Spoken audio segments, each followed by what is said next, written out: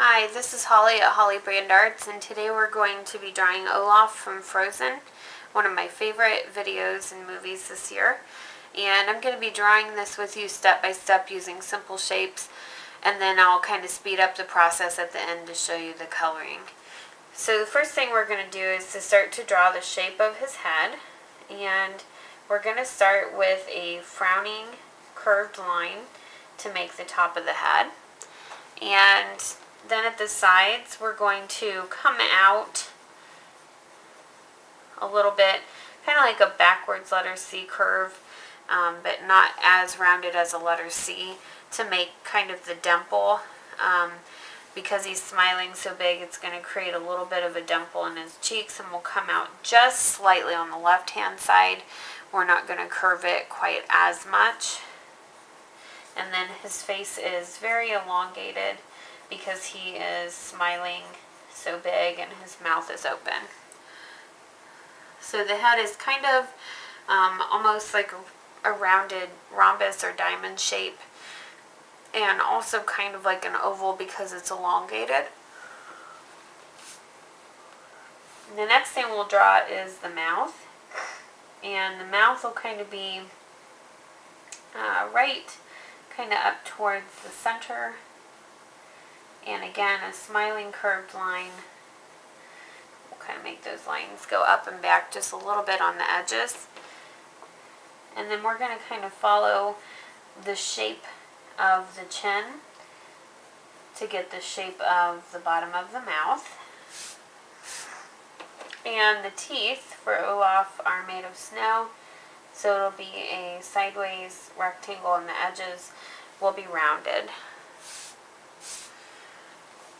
Okay, the nose is going to be kind of up towards the middle. It'll be a cone shape, and so we'll do a curved line kind of around the edges of the cone. We'll make that come to a point like a 3D cone would be, and it will almost touch down to the mouth. The eyes are going to touch kind of right against the carrot nose, an oval, leave a little bit of space in between. Do your other oval. We're going to kind of place the eyes looking downward.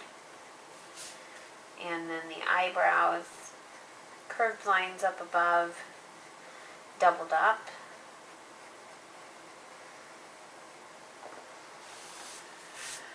Okay, and Olaf's hair is made of twigs or little branches, and so we're going to draw the first one as a diagonal line going up, and we'll double that up for thickness so it can be colored later. And it has a little branch that kind of curves off on the left hand side. Zoom that in just a tiny bit so you can see this. The next twig or bit of hair is kind of going up straight and then curves off at the edge.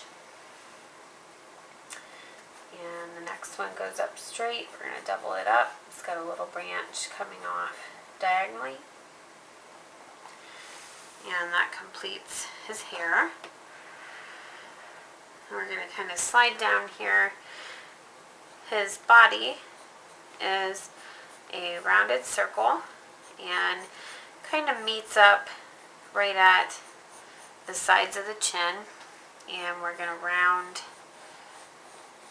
down below also. And then the bottom circle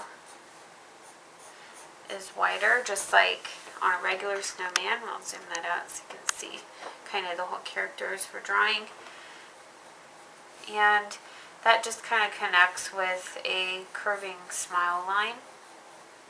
The edges are rounded. And his feet are two little circles down below, kind of a semicircle, a little bit flattened on the bottom with a curved line. We'll have him kind of dancing about.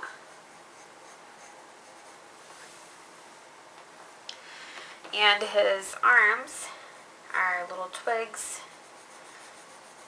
we'll just have him kind of looking exciting. So we'll double that twig up, and he has just kind of 3 little doubled up twigs on the end of the branch, which is his arm. I'll zoom that in so you can see the hand. It's kind of up to you where you want to place the second arm. It's the same process. You could have it down so it looks like he's waving. You could have it up so it kind of looks like he's jumping or excited. I'm going to go ahead and place mine going up diagonally, doubling up the lines, adding the fingers. I'm going to do 4 on this one just so they're slightly different, because all twigs are not the same. And then he has, let's see, look at my reference picture. He has a button up top and 2 buttons down below.